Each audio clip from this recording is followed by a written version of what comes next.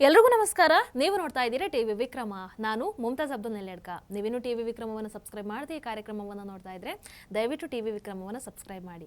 ವೀಕ್ಷಕರೇ, ಈ ಮಾಡಿದ್ದುಣ್ಣೋ ಮಹಾರಾಯ ಅನ್ನುವಂಥ ಗಾದೆ ಮಾತನ್ನು ನೀವು ಕೇಳಿರ್ತೀರಾ. ಯಾಕೆ ಅಂತ ಹೇಳ್ತೀನಿ.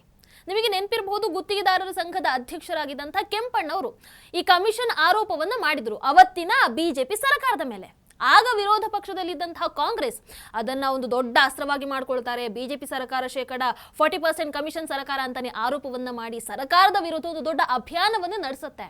ಒಂದು ರೀತಿಯಲ್ಲಿ ಅವತ್ತು ಬಿಜೆಪಿ ಸೋಲೋದಕ್ಕೆ ಈ ಒಂದು ವಿಚಾರ ಕೂಡ ಕಾರಣ ಆಯ್ತಂತ ಖಂಡಿತವಾಗ್ಲೂ ಹೇಳಬಹುದು. ಆದ್ರೆ ಕೊನೆಗೆ ಈ ಭ್ರಷ್ಟ ಕಾಂಗ್ರೆಸ್ ಸರ್ಕಾರ ಹಿಂದಿನ ಬಿಜೆಪಿ ಸರ್ಕಾರದ ಮೇಲೆ ಮಾಡಿದಂತಹ ಆ ಒಂದು 40% ಕಮಿಷನ್ ಆರೋಪ ಏನಿದೆ ಅದು ಸಂಪೂರ್ಣವಾಗಿ ಸುಳ್ಳು ಅನ್ನುವಂಥದ್ದು ಲೋಕಾಯುಕ್ತ ತನಿಖೆಯನ್ನು ಸಾಬೀತಾಗಬಿಡತ್ತೆ. ಬಿಜೆಪಿ ಸರ್ಕಾರದ ವಿರುದ್ಧ ಆರೋಪವನ್ನ ಯಾರು ಮಾಡಿದ್ರೋ, ಯಾರು ಗುತ್ತಿಗೆದಾರ ಅಂಬಿಕಾಪತಿ, ಆತ ಗುತ್ತಿಗೆ ಕೆಲಸಗಳನ್ನ ಮಾಡೋದನ್ನೇ ಬಿಟ್ಟು ಸುಮಾರು 6 ವರ್ಷಗಳು ಆಗಿತ್ತು. ಹಾಗಾಗಿ ಈ 40% ಕಮಿಷನ್ ಆರೋಪ ಅನ್ನುವಂಥದ್ದು ಕಾಂಗ್ರೆಸ್ಸಿನ ಟೂಲ್ ಕಿಟ್ ಅನ್ನೋದು ಆ ಮೂಲಕ ಸಾಕ್ಷಿ ಸಮೇತ ರುಜುವಾತಾಗಿತ್ತು. ಈಗ ಮಜಾ ಏನಪ್ಪಾ ಅಂತಂದ್ರೆ, ಅದೇ ನಾನು ಹೇಳಿದ್ದು, ಮಾಡಿದ್ದುಣ್ಣೋ ಮಹಾರಾಯ. ರಾಜ್ಯ ಕಾಂಗ್ರೆಸ್ ಸರ್ಕಾರದ ವಿರುದ್ಧ ಅದೇ ರಾಜ್ಯ ಗುತ್ತಿಗೆದಾರರ ಸಂಘ ಸಿಡಿದೆದ್ದಿದೆ. ಯಾಕೆ? ರಾಜ್ಯದ ಎಲ್ಲ ಇಲಾಖೆಗಳಲ್ಲೂ ಕೂಡ ಭ್ರಷ್ಟಾಚಾರ ಹೆಚ್ಚಾಗಿಬಿಟ್ಟಿದೆ, ಹಣ ಬಿಡುಗಡೆಗೆ ಕಮಿಷನ್ ಕೊಡಬೇಕು ಅಂತ ಕೇಳ್ತಾ ಇದ್ದಾರೆ. ಇದರ ಪ್ರಮಾಣ ಕೂಡ ಹಿಂದಿನ ಸರ್ಕಾರಕ್ಕಿಂತ ದುಪ್ಪಟ್ಟಾಗಿಬಿಟ್ಟಿದೆ. ಯಾರು ಹೇಳ್ತಾ ಇರೋದು? ಅದೇ ಗುತ್ತಿಗೆದಾರರ ಸಂಘ ಕಾಂಗ್ರೆಸ್ ಸರ್ಕಾರದ ಮೇಲೆ ಈಗ ಆರೋಪವನ್ನ ಮಾಡ್ತಾ ಇರೋದು. 37,370 ಕೋಟಿ ರೂಪಾಯಿ ಬಿಲ್ ಪಾವತಿ ಬಾಕಿ ಇದೆಯಂತೆ. ಇದನ್ನ ಮಾರ್ಚ್ 5ರ ಒಳಗೆ ನೀವು ಪಾವತಿ ಮಾಡಲೇಬೇಕು. ಇಲ್ಲ ಅಂತ ಅಂದ್ರೆ ಇಡೀ ರಾಜ್ಯದಲ್ಲಿ ಸರ್ಕಾರಿ ಕಾಮಗಾರಿಗಳನ್ನು ನಾವು ಸ್ಥಗಿತಗೊಳಿಸ್ಬಿಡ್ತೀವಿ, ಅನಿರ್ದಿಷ್ಟಾವಧಿ ಮುಷ್ಕರವನ್ನು ನಡೆಸ್ತೀವಿ ಅಂತ ಇವರು ಎಚ್ಚರಿಕೆಯನ್ನು ಕೂಡ ಕೊಡ್ತಾ ಇದ್ದಾರೆ.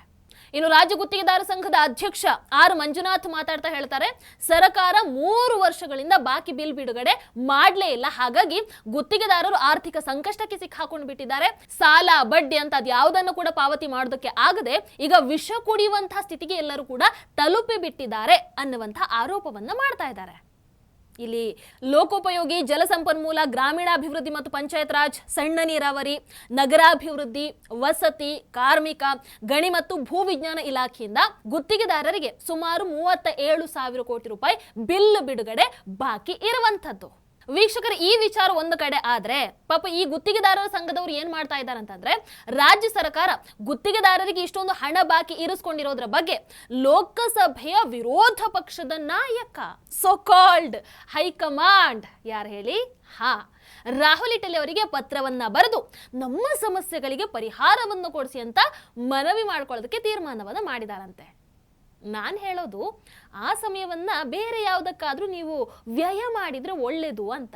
ಯಾಕಂದ್ರೆ ಕುರ್ಚಿ ಗುದ್ದಾಟದ ವಿಚಾರದಲ್ಲಿ ಒಂದು ಸ್ಪಷ್ಟ ನಿರ್ಧಾರವನ್ನ ತೆಗೆದುಕೊಳ್ಳೋದಕ್ಕೆ ಸಮಯ ಇಲ್ಲದ ಈ ಮನುಷ್ಯನಿಗೆ ಸಿದ್ದರಾಮಯ್ಯನವರನ್ನಾಗಿರ್ಬೋದು, ಡಿ.ಕೆ. ಶಿವಕುಮಾರ್ ಅವರನ್ನಾಗಿರ್ಬೋದು, ಇಬ್ಬರನ್ನ ಒಟ್ಟಿಗೆ ಕೂರಿಸ್ಕೊಂಡು ಮಾತಾಡಿ ಆ ಸಮಸ್ಯೆಗೆ ಒಂದು ಪರಿಹಾರವನ್ನ ಕೊಡೋದಕ್ಕೆ ಆಗದಂತ ಈ ಮನುಷ್ಯ ನಿಮ್ಮ ಈ ಮನವಿಗೆ ಪ್ರತಿಕ್ರಿಯೆಯನ್ನ ಕೊಡ್ತಾರಾ? ನಿಮ್ಮ ಪತ್ರವನ್ನು ಓದ್ತಾರೆ ಅನ್ನುವಂತಹ ಧೈರ್ಯ ಇದೆ ನಿಮಗೆ? ನಿಮ್ಮ ಪತ್ರವನ್ನು ಓದ್ತಾರೆ ಅಂತ ಅನ್ಸುತ್ತಾ ನಿಮಗೆ? ಖಂಡಿತವಾಗ್ಲೂ ಇಲ್ಲ. ಹಾಗಾಗಿ ಈ ಯೋಚನೆಯನ್ನ ಕೈ ಬಿಡೋದೇ ಒಳ್ಳೇದು ಅಂತ ಅನ್ಸುತ್ತೆ. ಆ ಸಮಯದಲ್ಲಿ ಇಲ್ಲಿ ಅಂದ್ರೆ ಈ ರಾಜ್ಯ ಸರ್ಕಾರದ ಮೇಲೆ ನೀವು ಹೆಚ್ಚಿನ ಒತ್ತಡವನ್ನ ಹೇರಿದ್ರೆ ಏನಾದ್ರೂ ಸಹಾಯ ಆಗಬಹುದು ಏನು ಅಲ್ವಾ? ನೀವೇನಂತೀರಾ ವೀಕ್ಷಕರೇ? ಇಷ್ಟೆಲ್ಲ ವಿಚಾರವಾಗಿ ಅಂದ್ರೆ ಈ ಕಮಿಷನ್ ವಿಚಾರವಾಗಿ ಬಿಜೆಪಿ ಏನ್ ಮಾಡುತ್ತೆ, ಒಂದು ಪೋಸ್ಟ್ ಅನ್ನ ಹಾಕತ್ತೆ, ಸ್ಕ್ಯಾಮ್ ಲಾರ್ಡ್ ಪೋಸ್ಟ್ ಅಂತ. ಸೊ ಇದ್ರ ಬಗ್ಗೆ ಈಗ ಕಂಪ್ಲೇಂಟ್ ಆಗಿರೋದು ಏನಪ್ಪಾ ಅಂತಂದ್ರೆ, ಮತ್ತೆ ಹೇಳ್ತೀನಿ, ಬಿಜೆಪಿ ತನ್ನ ಸೋಷಿಯಲ್ ಮೀಡಿಯಾ ಪೇಜ್ ಅಲ್ಲಿ ಸಿಎಂ, ಡಿಸಿಎಂ, ಅದೇ ರೀತಿ ಇನ್ನೊಂದಷ್ಟು ಸಚಿವರ ಫೋಟೋಗಳನ್ನ ಬಳಸ್ಕೊಂಡು ಸ್ಕ್ಯಾಮ್ ಲಾರ್ಡ್ ಅಂತ ಒಂದು ಪೋಸ್ಟ್ ಅನ್ನ ಬಿಡುಗಡೆ ಮಾಡುತ್ತೆ. ಆಮೇಲೆ ಅದಕ್ಕೆ ಕರ್ನಾಟಕವನ್ನ ಹಗಲಿರುಳು ಲೂಟಿ ಹೊಡಿತಾ ಇರುವಂತಹ ಸ್ಕ್ಯಾಮ್ ಸಾಮ್ರಾಜ್ಯದ ಅಸಲಿ ಕಥೆ ಅಂತ ಅದಕ್ಕೆ ಬರ್ಕೊಳ್ತಾರೆ. ಸೊ ಇದೇನಾಗಿದೆ, ಪಾಪ ಸರ್ಕಾರದ ಗಣ್ಯರ ವ್ಯಕ್ತಿತ್ವಕ್ಕೆ ಧಕ್ಕೆಯನ್ನ ತಂದಿದೆ ಅಂತ ಆ ಆರೋಪವನ್ನ ಇಟ್ಕೊಂಡು ಕೆಪಿಸಿಸಿ ವಕೀಲರ ತಂಡ ಸೈಬರ್ ಕ್ರೈಮ್ ಪೊಲೀಸ್ ಠಾಣೆಗೆ ದೂರನ್ನ ನೀಡಿದೆ. ಅಲ್ಲ, ನಮ್ಮ ಪ್ರಶ್ನೆ ಇದು ಅವರ ಇವರ ಯಾರ್ಯಾರದೋ ವ್ಯಕ್ತಿತ್ವಕ್ಕೆ ಧಕ್ಕೆ ತರುತ್ತೆ ಅಂತ ಅನ್ನೋದೇ ನಿಮ್ಮ ವಾದ ಆಗಿದ್ರೆ, ಅವತ್ತು ಪೇಸಿಎಂ ಅಭಿಯಾನವನ್ನ ಮಾಡಿದಂತಹ ಸಂದರ್ಭದಲ್ಲಿ ಏನೇನೋ ಪೋಸ್ಟರ್ಗಳನ್ನ ಅಂಟಿಸ್ಕೊಂಡು ಹೋದ್ರಲ್ವಾ, ಆ ಸಂದರ್ಭದಲ್ಲಿ ಅವತ್ತು ಮುಖ್ಯಮಂತ್ರಿ ಆಗಿದ್ದಂತಹ ಬೊಮ್ಮಾಯಿ ಅವರ ವ್ಯಕ್ತಿತ್ವಕ್ಕೆ ಧಕ್ಕೆಯನ್ನು ಅದು ತರುತ್ತೆ ಅಥವಾ ಧಕ್ಕೆ ತಂದಿದೆ ಅನ್ನುವಂಥದ್ದು ಯಾರಿಗೂ ಅರ್ಥ ಆಗ್ಲಿಲ್ವಾ ಅಥವಾ ಯಾರಿಗೂ ಮನವರಿಕೆ ಆಗ್ಲಿಲ್ವಾ? ಅದು ಇವತ್ತು ಕರ್ನಾಟಕ ಕಾಂಗ್ರೆಸ್ ಸರ್ಕಾರ ಹಗರಣದ ಮೇಲೆ ಹಗರಣ, ಲೂಟಿ ಮೇಲೆ ಲೂಟಿ, ಅನ್ನಭಾಗ್ಯದ ಲೂಟಿ ಹಣ ಎಲ್ಲಿ ಹೋಯ್ತು ಗೊತ್ತಿಲ್ಲ, ಗೃಹಲಕ್ಷ್ಮಿ ಕೋಟಿ ಕೋಟಿ ಹಣ ಲೂಟಿ ಆಗಿ ಅದು ಎಲ್ಲಿ ಹೋಯ್ತು ಗೊತ್ತಿಲ್ಲ. ಈಗ ನೋಡಿದ್ರೆ ಗುತ್ತಿಗೆದಾರರೇ ಕಾಂಗ್ರೆಸ್ ಸರ್ಕಾರದ ಮೇಲೆ 60% ಕಮಿಷನ್ ಆರೋಪವನ್ನು ಮಾಡ್ತಾ ಇದ್ದಾರೆ. ಅಂದ್ರೆ ಇಲ್ಲಿ ನಿಮ್ಮ ನಿಜ ಮುಖವಾಡ ಕಳಚಿ ಬೀಳ್ತಾ ಇದೆ ಅಂತ ಭಯ ಆಗ್ತಾ ಇದೆಯಾ? ಆ ಪೋಸ್ಟ್ ಅಲ್ಲಿ ಇದ್ದಂತಹ ಸತ್ಯವನ್ನ ನಿಮಗೆ ಅರ್ಗಿಸ್ಕೊಳ್ಳೋದಕ್ಕೆ ಆಗದೆ ಕಂಪ್ಲೇಂಟ್ ಅನ್ನು ಕೊಡಿಸ್ತಾ ಇರೋದಾ? ಅಂದ್ರೆ ಇವ್ರ ಪ್ರಕಾರ ಅವತ್ತು ಕಾಂಗ್ರೆಸ್ ಮಾಡಿದ್ದು ಅಭಿವ್ಯಕ್ತಿ ಸ್ವಾತಂತ್ರ್ಯ ಅಂತೆ. ಇವತ್ತು ಸತ್ಯವನ್ನೇ ಪೋಸ್ಟ್ ಮಾಡಿದ್ರು ಕೂಡ ಅದು ಅವರ ವ್ಯಕ್ತಿತ್ವಕ್ಕೆ ಧಕ್ಕೆ, ಇವರ ವ್ಯಕ್ತಿತ್ವಕ್ಕೆ ಧಕ್ಕೆ, ಆ ಗಣ್ಯರಿಗೆ ಧಕ್ಕೆ, ಈ ಗಣ್ಯರಿಗೆ ಧಕ್ಕೆ, ಅದು ತಪ್ಪು. ವಾರೆ ವಾ, ವಾಟ್ ಎ ಡಬಲ್ ಸ್ಟ್ಯಾಂಡರ್ಡ್. ವೀಕ್ಷಕರ, ಬಿಜೆಪಿ ಸರ್ಕಾರದ ಮೇಲೆ 40% ಕಮಿಷನ್ ಆರೋಪವನ್ನ ಹಾಕಿ, ಅಂದ್ರೆ 40% ಅನ್ನುವಂತಹ ಸುಳ್ಳು ಆರೋಪವನ್ನು ಹೊರಿಸಿ ಅಧಿಕಾರಕ್ಕೆ ಬಂದಂತಹ ಸಿದ್ದರಾಮಯ್ಯ ಸರ್ಕಾರ ಈಗ 60% ಕಮಿಷನ್ ಹೊಡೆಯೋದ್ರಲ್ಲಿ ಬಿಸಿ ಆಗಿದೆ.